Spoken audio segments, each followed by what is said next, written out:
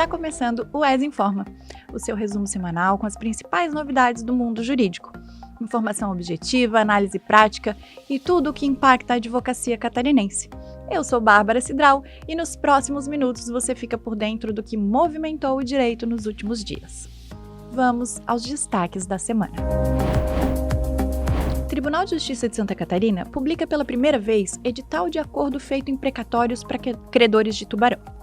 Brusque faz nova chamada e a apresentação das propostas ocorre de 16 de março a 1º de abril.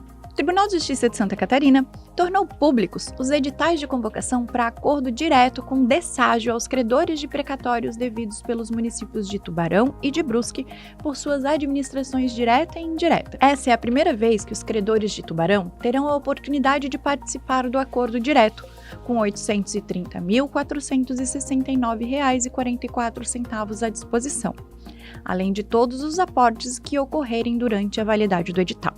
Já os credores de Brusque têm nova chance em razão de R$ 880.554,68 em caixa. Os interessados devem apresentar a proposta de acordo direto com desságio de pagamento mediante requerimento específico via sistema no período de 16 de março a 1º de abril de 2026. Em Tubarão, os percentuais de desságio são de 20% a 40%, em Brusque, de 10% a 40%. As propostas habilitadas permanecerão válidas até um ano após a publicação do edital ou até a contemplação de todos os habilitados, o que ocorrer primeiro. O requerimento deve ser feito exclusivamente por meio de formulário eletrônico, acessado pelo interessado mediante login no sistema gov.br. A autenticação no sistema vale como assinatura, dispensando-se a rubrica física em qualquer documento. Informações complementares podem ser obtidas pelo e-mail precatorios@tjsc.jus.br. Acesse também a cartilha para saber mais sobre o acordo direto. Em Videira, Rede de Proteção terá protocolo de atendimento a mulheres vítimas de violência. A Rede de Proteção da Comarca de Videira, no meio-oeste catarinense, tem, a partir de agora, um importante instrumento para o atendimento às mulheres em situação de violência. Lançado no último dia 12 de março, o protocolo tem como objetivo padronizar fluxos e procedimentos no atendimento à mulher, à família e ao autor de violência. O documento foi construído coletivamente com a participação do Poder Judiciário catarinense e de diversos órgãos que integram a rede. A coordenação dos trabalhos ficou a cargo da Secretaria Municipal de Assistência Social, com envolvimento das áreas de assistência social, saúde, segurança pública, educação e sistema de justiça. O documento observa os princípios legais e éticos da Política Nacional de Enfrentamento à Violência contra as Mulheres, da Lei Maria da Penha e das normativas que orientam os serviços especializados de média e alta complexidade. O Tribunal de Justiça de Santa Catarina mantém liminar para candidato com autismo disputar concurso da polícia como PCD.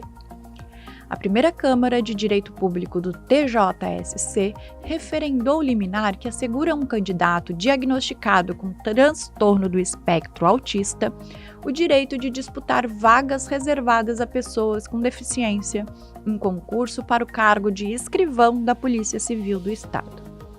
O candidato impetrou o mandato de segurança após ter sua inscrição na condição de PCD indeferida pela banca organizadora do certame e pela administração pública. Ele afirmou que apresentou o laudo médico detalhado para comprovar o diagnóstico de TEA, além de documentos oficiais que reconhecem sua condição, como a carteira de identificação da pessoa com autismo.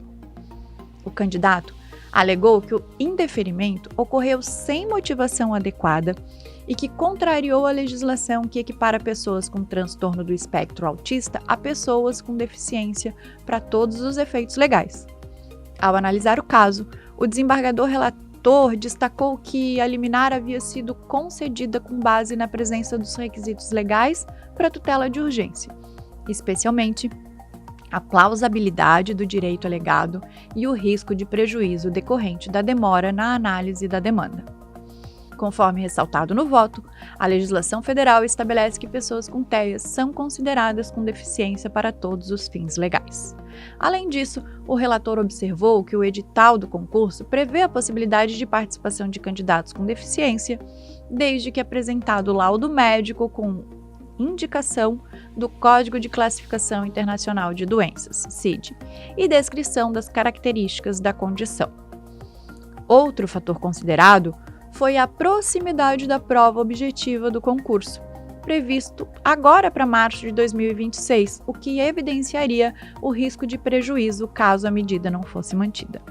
O órgão fracionário, assim, decidiu referendar a liminar concedida anteriormente para garantir que o candidato permaneça inscrito no concurso na condição de pessoa com deficiência até o julgamento definitivo do mandado de segurança. Em repetitivo, STJ define hipótese de dispensa de remessa necessária em ações previdenciárias. A Corte Especial do Superior Tribunal de Justiça, sob o rito dos recursos repetitivos, tema 1081, estabeleceu a tese de que é dispensável a remessa necessária em processos previdenciários quando for verificado, por cálculos aritméticos simples especificados na sentença, que o valor da condenação não ultrapassa o limite de 1.000 salários mínimos fixado pelo artigo 496, parágrafo 3º, inciso 1 do Código de Processo Civil. Com a decisão, poderão voltar a tramitar os recursos especiais e agravos em recurso especial que estavam suspensos à espera de definição do precedente qualificado. O julgamento contou com a participação como amicus curiae da Defensoria Pública da União, do Instituto Brasileiro de Direito Processual e da Associação Brasilense de Direito Processual Civil. A tese definida pelo colegiado foi a seguinte: a demanda previdenciária cujo valor de condenação seja aferível por simples cálculos aritméticos com base nos parâmetros fixados na sentença deve ser dispensada da remessa necessária quando for possível estimar que não excederá o limite previsto no artigo 496, parágrafo 3º, inciso 1 do Código de Processo Civil. Novo sistema de autenticação traz mais segurança para a Central do Processo Eletrônico. A partir de 6 de abril, a Central de Processo Eletrônico do Superior Tribunal de Justiça vai adotar um múltiplo fator de autenticação como etapa obrigatória para acesso ao sistema. A atualização busca garantir mais segurança no ambiente da CPE, além de manter a padronização com outros tribunais brasileiros. As etapas de confirmação de e-mail e de leitura do QR Code serão necessárias apenas no primeiro login, com o último fator de autenticação. Nos acessos subsequentes, além da senha, bastará informar o código de 6 dígitos gerado pelo aplicativo de autenticação instalado no celular. O canal do STJ no YouTube traz um tutorial sobre como acessar a CPE com o novo sistema de autenticação. Além de elevar o grau de segurança nos sistemas informatizados do STJ, diminuindo o risco de invasões e fraudes na CPE, a introdução do MFA atende a recomendações da Portaria 14 de 2024 do Conselho Nacional de Justiça. Em caso de dúvidas, os usuários podem entrar em contato com o Serviço de Atendimento ao Cliente do Tribunal. Repetitivo decidirá se prescrição do fundo de direito exige negativa expressa da administração pública. A primeira sessão do Superior Tribunal de Justiça afetou para julgamento, sob o rito dos repetitivos, os recursos especiais 2228834 e 2228837, nos quais se discute se nas relações jurídicas de trato sucessivo em que a Fazenda Pública figure como devedora, a prescrição do fundo de direito depende de negativa expressa do direito reclamado. A tese a ser fixada também vai definir se a inércia do município de Estreito, no Maranhão, em implantar em folha de pagamento o adicional por tempo de serviço previsto no artigo 288 da Lei Municipal 7 de 1990, deu início ao prazo de prescrição do fundo de direito. A controvérsia, cadastrada como tema 1410, está sob relatoria da ministra Maria Tereza de Assis Moura. O colegiado determinou a suspensão dos processos que discutem a mesma matéria, nos quais tenha havido a interposição de recurso especial ou de agravo em recurso especial na segunda instância, bem como daqueles que já tramitam no STJ. O caso Paradigma teve origem em ações ajuizadas por servidores do município do Estreito que buscavam receber o adicional por tempo de serviço previsto em legislação local, que por longo período não foi aplicada. Segundo eles, em nenhum momento a administração pública negou expressamente o direito ao recebimento dos valores, os quais apenas não foram incluídos na folha de pagamento. Em seu voto pela afetação do tema, a relatora destacou que o STJ já enfrentou diversas discussões sobre essa negativa de direito, tendo decidido de modo geral no sentido da necessidade de negativa expressa e formal da administração para caracterizar a prescrição do fundo de direito. Trata-se, portanto, de questão federal que vem se repetindo em casos de diferentes tribunais, ressaltou. Segundo a ministra, a Comissão Gestora de Precedentes, Jurisprudência e Ações Coletivas reconheceu o relevante impacto jurídico, social e financeiro da controvérsia, que poderá alcançar grande número de pessoas vinculadas à administração pública. Retirada de sobrenome por abandono afetivo é um dos temas da nova edição do informativo. A Secretaria de Jurisprudência do STJ divulgou a edição 880 do informativo de jurisprudência.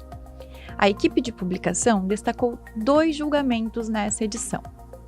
No primeiro processo em destaque, a Corte Especial, por maioria, decidiu que a prévia intimação pessoal do devedor para o cumprimento de obrigação de fazer ou de não fazer, especificada na decisão judicial, é pressuposto para a incidência da multa coercitiva nos termos da súmula 410 do STJ, cujo teor permanece rígido após a entrada em vigor do Código de Processo Civil de 2015.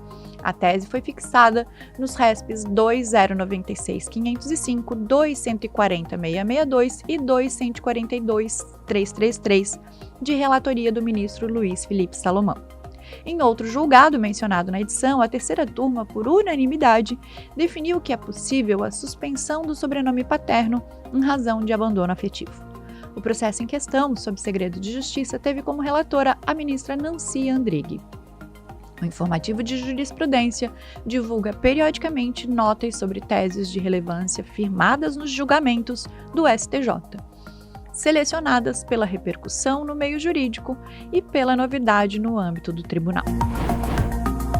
OAB contesta a lei que veda pedido de recuperação judicial ao devedor contumaz.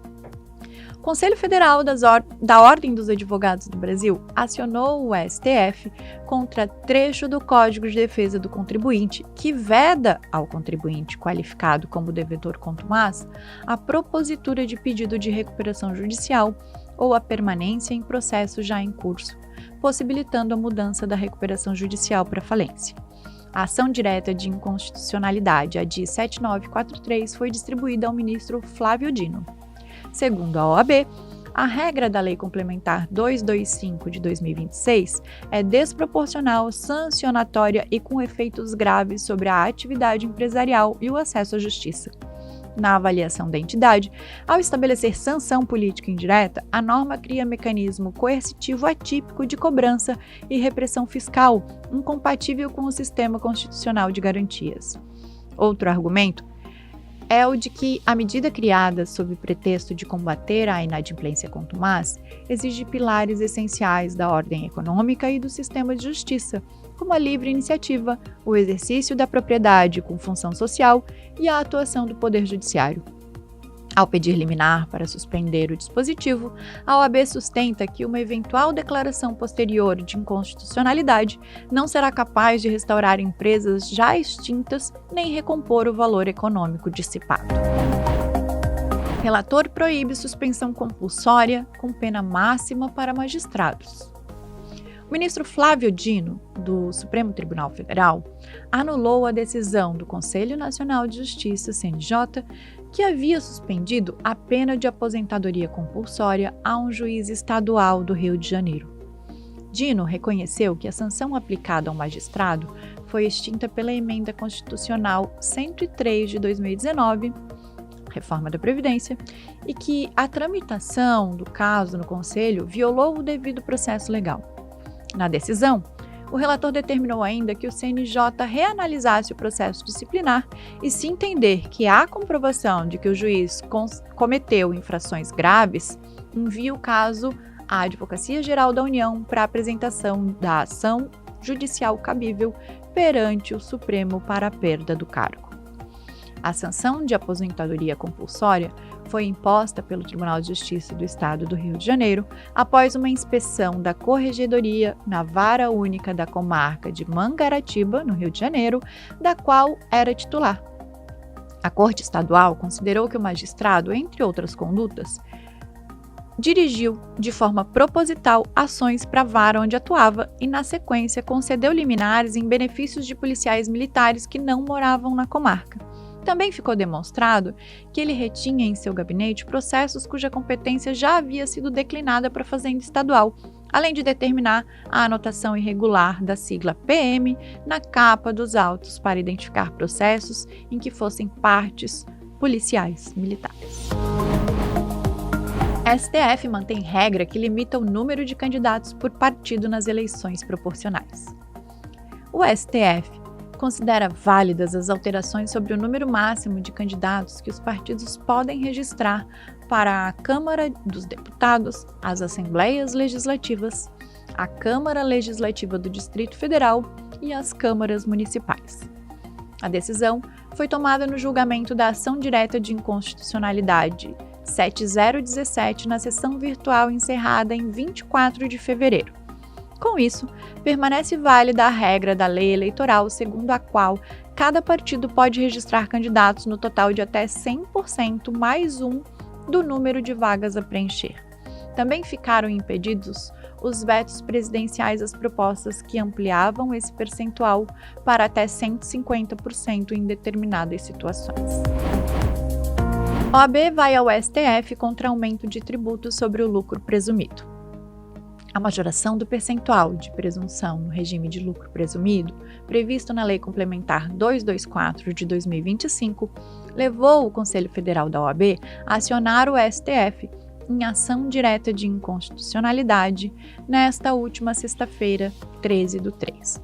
Para a entidade, a mudança altera a lógica desse modelo de apuração tributária e pode ampliar a carga fiscal sobre sociedades profissionais, incluindo as de advogados. A nova legislação determinou acréscimo nos percentuais de presunção aplicados à receita das empresas optantes pelo lucro presumido para fins de incidência do imposto de renda da pessoa jurídica e da contribuição social sobre o lucro líquido, posteriormente regulamentado por decreto e por normas da Receita Federal. Para a ordem, tratar o lucro presumido como benefício fiscal distorce a natureza jurídica do regime e cria uma presunção genérica de maior rentabilidade para diferentes atividades profissionais. A OAB sustenta ainda que o aumento da base de presunção afronta princípios constitucionais como a capacidade contributiva e a segurança jurídica e pode resultar na tributação de uma estimativa de lucro dissociada da realidade econômica das empresas.